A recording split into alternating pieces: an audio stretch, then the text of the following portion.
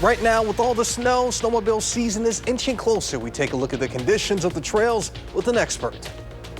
Speaking of snow, it's beginning to fall across southern Wisconsin. How much we could see by the time we're waking up on Sunday, given alert day conditions tonight in the full forecast. And we're following the Holiday Black Bazaar as it's bringing together Black-owned businesses from across Madison. All the gifts and goods on offer this holiday season. That's all coming up on News 3 now at 10. Good evening and thank you for joining us tonight. I'm Jalen Banks. More snow headed towards South Central Wisconsin this Saturday. Snow emergencies across the area. We'll detail those in just a sec. But first, let's go ahead and get a look at your first warning forecast. Blaze? That's right. We have alert day conditions with that snow moving on through southern Wisconsin right now. Anywhere between 2 to 5 inches of snow will be possible. But I think a lot of us are likely going to pick up between 2 to 4 inches of that snowfall. Reminder, we are underneath a winter weather advisory through 6 a.m. on Sunday for anybody here in the purple. So just keep that in mind. I don't think a lot of us are going to be out and about tonight. But if you are, you're going to be running into possibly some slick road conditions because that snow is going to be falling. But by the time we go into the morning hours on Sunday, already at 1 o'clock on Future Track, it's beginning to wrap up there towards La Crosse, Vernon, Crawford, Richland, Monroe counties. And then that will continue to be the case as we go into the mid-morning hours. So by 8 o'clock, likely at the latest, 9, all the accumulating snow is done. Could be dealing with some blowing snow and flurries across southeastern parts of Wisconsin until those clouds clear up by the late morning. So where's that snow? Well, right now the heaviest is right there in Iowa County, parts of Lafayette, Greene, and southwestern parts of Dane County, Perry along 78 into Argyle, into Waldwick, back north and west into Dodgeville, just to the south and east of 151 there, and quickly taking a live look out in Dodgeville. This is kind of the scene that we can expect as we go further into the overnight hours. That constant snow.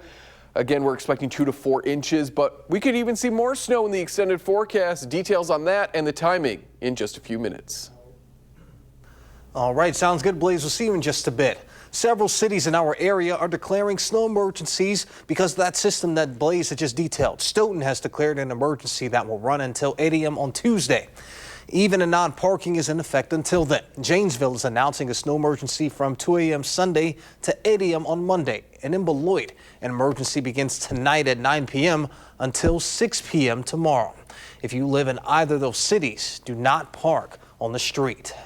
And all of this snow is great news for the tens of thousands of miles of snowmobile trails across the state. Though they're not open for the season just yet, enthusiasts are now getting anxious for the season to start officially. Our Nash Dara has the latest on where they stand. It is that time of the season in Wisconsin where thousands of snowmobilers across the state are getting ready to get out and enjoy the snow. November's wild month of weather resulted in major snowfall in Dane County. And to some it might be a burden, but for snowmobilers it was the perfect storm as they prepare for snowmobile season. We'd have hardly any snow the past 2 years anywhere in the state. So just the fact that we've got snow this early in the season breeds excitement. And fortunately for Sam and all the other eager snowmobilers out there, it is only a matter of time before snowmobile season officially opens across the thousands of trail miles in the state. We have 500 miles of trail in Dane County. There's 25,000 miles of interconnected trails in Wisconsin. To give you an idea, there's 11,438 miles of state numbered highways. So 25,000 miles of trails approximately. 3/4 of those trails are cross private property. And all of those trails should be open any day now. Each trail system is open by county. So the clubs get their heads together and they have arrangements to communicate to open and close the trails. With even more snow projected tonight, the anticipation for snowmobiling season just keeps on building. For now in Martinsville, Nash Dara, News 3 Now. All right, sounds good, Nash. Thank you. You can keep up to date on the conditions of your local snowmobile trails online. Just head to travelwisconsin.com/snowreport/snowmobile. And as always, you can track the forecast for yourself on the First One weather app. It is hourly planners, road conditions, and even radar. You can download it for free in your phone's app store. Just search WISC Weather. There is no bigger spectacle in college athletics in our great state than the I-94 rivalry. Sports Director Andrew Banshaw reports from the Kohl Center. When it comes to rivalries in the state of Wisconsin, This is about as big as it gets. Wisconsin taking on Marquette in the I-94 rivalry. And this one belonged to one man and one man only. John Blackwell, number 25, finishes with 30 points and balloons the Badgers to an I-94 win. Wisconsin gets revenge for Marquette's win in this rivalry last year. Coming up in sports, we'll have a much bigger breakdown of this big-time Badger win. For now at the Kohl Center, Andrew Banstra, News 3 Sports.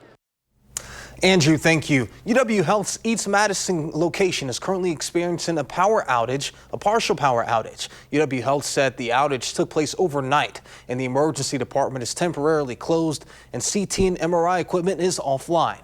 UW Health team members will be contacting patients directly to reschedule CT and MRI appointments. Full restoration is expected to be back on Tuesday.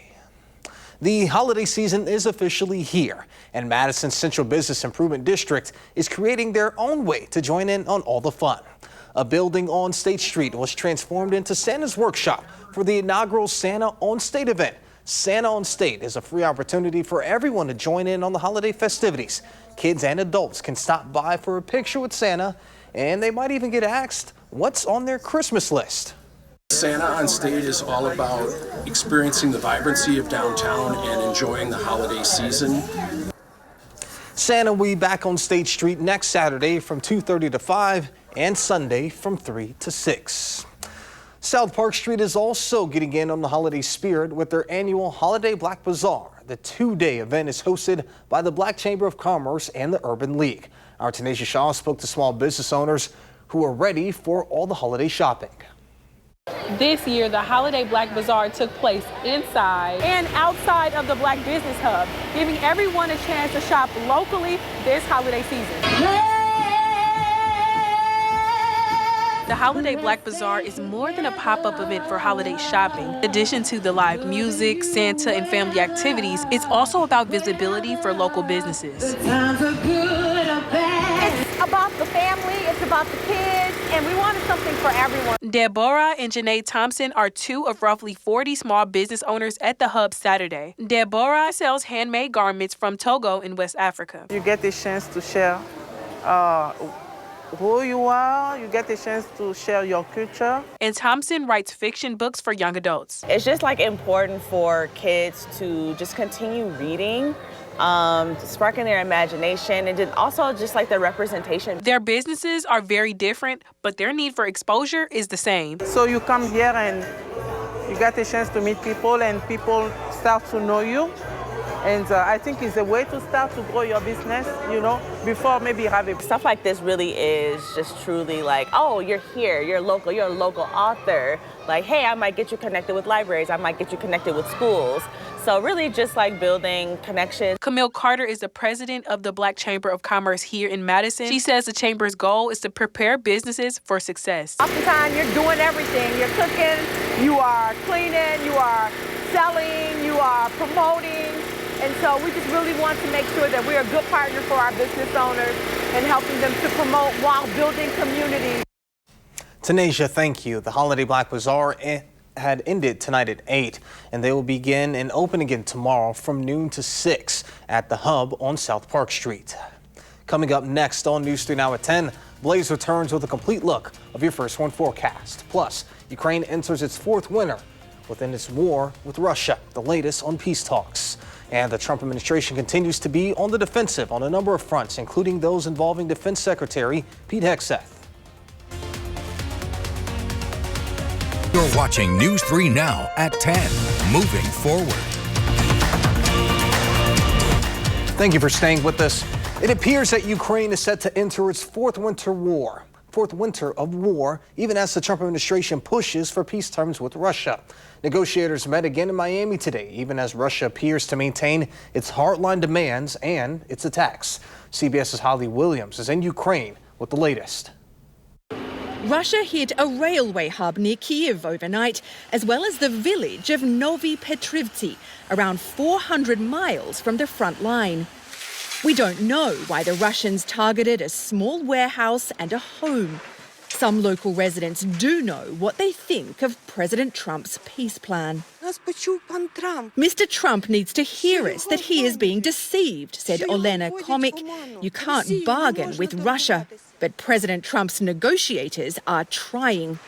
His special envoy, Steve Witkoff, and son-in-law, Jared Kushner, went to Moscow this past week. So pleased to see you. Despite a 5-hour meeting with Vladimir Putin, they left without an agreement. Putin doesn't look or sound like a man who wants to make peace. His troops are slowly gaining ground on the battlefield, and he's tied his political legacy to this war, despite Russian casualties thought to number over 1 million.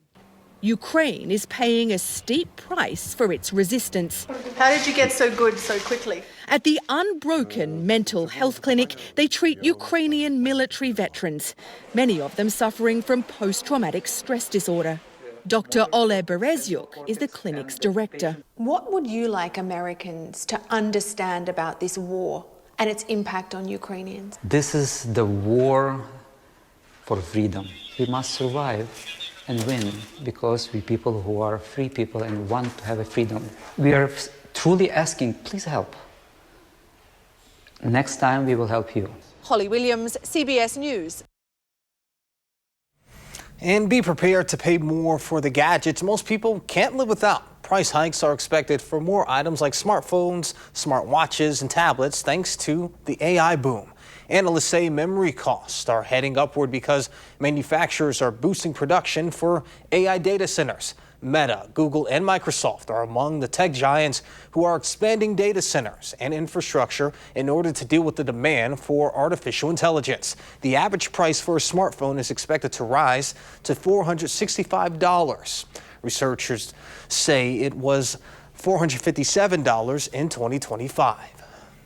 Defense Secretary Pete Hegseth is doubling down on U.S. military strikes on suspected drug boats, saying President Trump can take decisive military action as he sees it. But at the White House this evening, President Trump is focused on the Kennedy Center honorees. CBS's Willie James Inman is there with new reporting on all of it. During a speech in California, Secretary Hegseth stood by the Trump administration's strikes on alleged drug smugglers. Since September, there have been more than 20 strikes on boats allegedly transporting drugs. We've been clear, if you're working for a designated terrorist organization and you bring drugs to this country in a boat, we will find you and we will sink you. Hegseth's remarks come days after lawmakers demanded details on an alleged drug boat strike in early September. This video shows the first strike on the boat, but a separate video showing a second strike that killed 2 survivors has not been released. Some lawmakers briefed Thursday by military officials on Capitol Hill questioned the legality, noting that laws protecting wounded combatants may have been violated. What I saw in that room was one of the most troubling things I've seen in my time in public service. But military officials maintain the survivors were trying to salvage the drugs and transport them. President Trump can and will take decisive military action as he sees fit. Also this week, a government watchdog report found that Hegseth violated Pentagon rules and could have endangered troops earlier this year. He shared details about a strike on Houthi rebels in a Signal group chat, which mistakenly included a journalist. Hegseth responded to the report on social media saying total exoneration and case closed. On Sunday night, President Trump will be the first U.S. president to host the Kennedy Center honors after his handpicked board of trustees appointed him chairman earlier this year. At the White House, Willie James Inman, CBS News. Now let's go ahead and get a look at your first one forecast. Blaze, more snow is headed this way. That's right. We started off the newscast by taking a look out at Dodgeville, and that's where we'll start off the full weather as well. It's 23, and we can see that snow falling on our Upland Hills sky cam. Unlike the snow that fell last weekend, this is moving very quickly, and it's not a prolonged duration snow event. This is going to be out of here by about 4 or 5, maybe as late as 6 o'clock in the morning on Sunday. So there's not a lot of time for this snow to fall and accumulate over several hours, if not an entire day and a half like this past weekend. So we're thinking about 2 to 5 inches for folks in Dodgeville and anybody here in the dark blue. North of Madison in towards the Dells and further north, that's the better area to pick up probably 1 to 2 inches of snow. Localized higher or lesser amounts will be possible in both areas, But the purpose of these snow potential maps is really just to highlight where the heaviest snow is going to be, where the best chance to get, say, this range of snow will be versus further to the north where less moisture is around, likely going to be probably 1 to 2 inches of snow. As snow wraps up, as I mentioned, early Sunday, we remain snow-free through the rest of the day into the overnight hours. Monday, we'll watch as maybe a little bit of snow clips the area, but next Tuesday, especially Tuesday night into the start of Wednesday, that's when our next big system moves through the area. This is going to be a clipper, but it's not following that yellow path that we normally would want it to take to bring us more accumulating snow. The green path means that more warmer air is going to be moved northwards as opposed to this yellow path where that warmer air stays to our south. So we may tap into a wintry mix at times for folks in the pink there. After starting off as snow, it will likely turn over to a wintry mix and then back to snow Tuesday night into Wednesday. North in the blue, this is where likely it's going to be snow the entire time as this low pressure system moves from the northwest towards the southeast. This freezing line is going to be very important, and that's what we're really going to look at in the next day or so, because if this moves further north, more of that mix moves north. But if it moves further south, more of the cooler air moves south, and we maybe get a less mix and more snow out of this system. We're still about 4 to 6 days out in our winter forecasting timeline, so we're still looking at where within Wisconsin we're seeing that freezing line set up, and because of that, the type of precipitation as well as the amounts are still, for lack of a better term, up in the air. When we get about 1 to 3 days out, that path starting tomorrow will become much more clear, and then from there we can really hammer out where that freezing line is going to be and where the snow is ultimately going to accumulate. So bear with us. If I told you what we'd see today, it is going to change by tomorrow morning, and that's just not fair to you as we are planning out next week. But know that temperatures will be back into the 30s Tuesday and Wednesday. Enjoy the warmth because we're back into the 20s by that Thursday and single digits by that Saturday. So a week from now. Oh my gosh. 30s is warm? Yeah. Oh yeah. Oh yeah. The snow will, start melting a little bit. Uh-huh. Speaking of tomorrow, though, big game up in Green Bay. Okay. Bears are coming into town, so hopefully some of that snow sticks around. It's cold. Yeah, I mean, they're both Midwestern teams. This should be like the best weather, right? They're used to it? Yeah, but I mean, I'm not the one playing, so I don't care. The frozen tundra is a little bit different, though. That's true. That's why I mentioned it. But all right, Kay, we're not necessarily talking about football today. Another huge game went on within our state, though. Yeah, definitely. The I-94 battle took place in the Kohl Center. We'll have the details of that next on News 3 Now.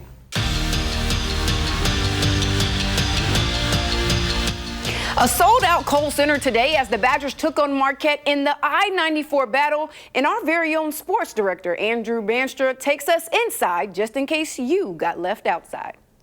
It doesn't get any bigger than the I-94 rivalry. All of the bragging rights in the Badger State on the line here today at the Kohl Center as Wisconsin takes on Marquette for the 132nd time. Shaka Smart, the Madison native, still in search of his first win in his hometown. As for John Blackwell, well, he picks up right where he left off last time out when he became the 4th fastest Badger to 1,000 career points. Hits the 3, and that was really the last time this game was all that close. A few minutes later, Wisconsin starting to separate because JB was going crazy. Another triple puts Bucky up 27-15, and for the second game in a row, Blackwell had 20 before the break. Speaking of the break, Andrew Rohde, the Brookfield native, would send Wisconsin to it, up a dozen, gets the tough lefty lay to go. He had a season best 17, and Bucky went to the locker room up 43-31. And in the second half, well, at this point, you should already know,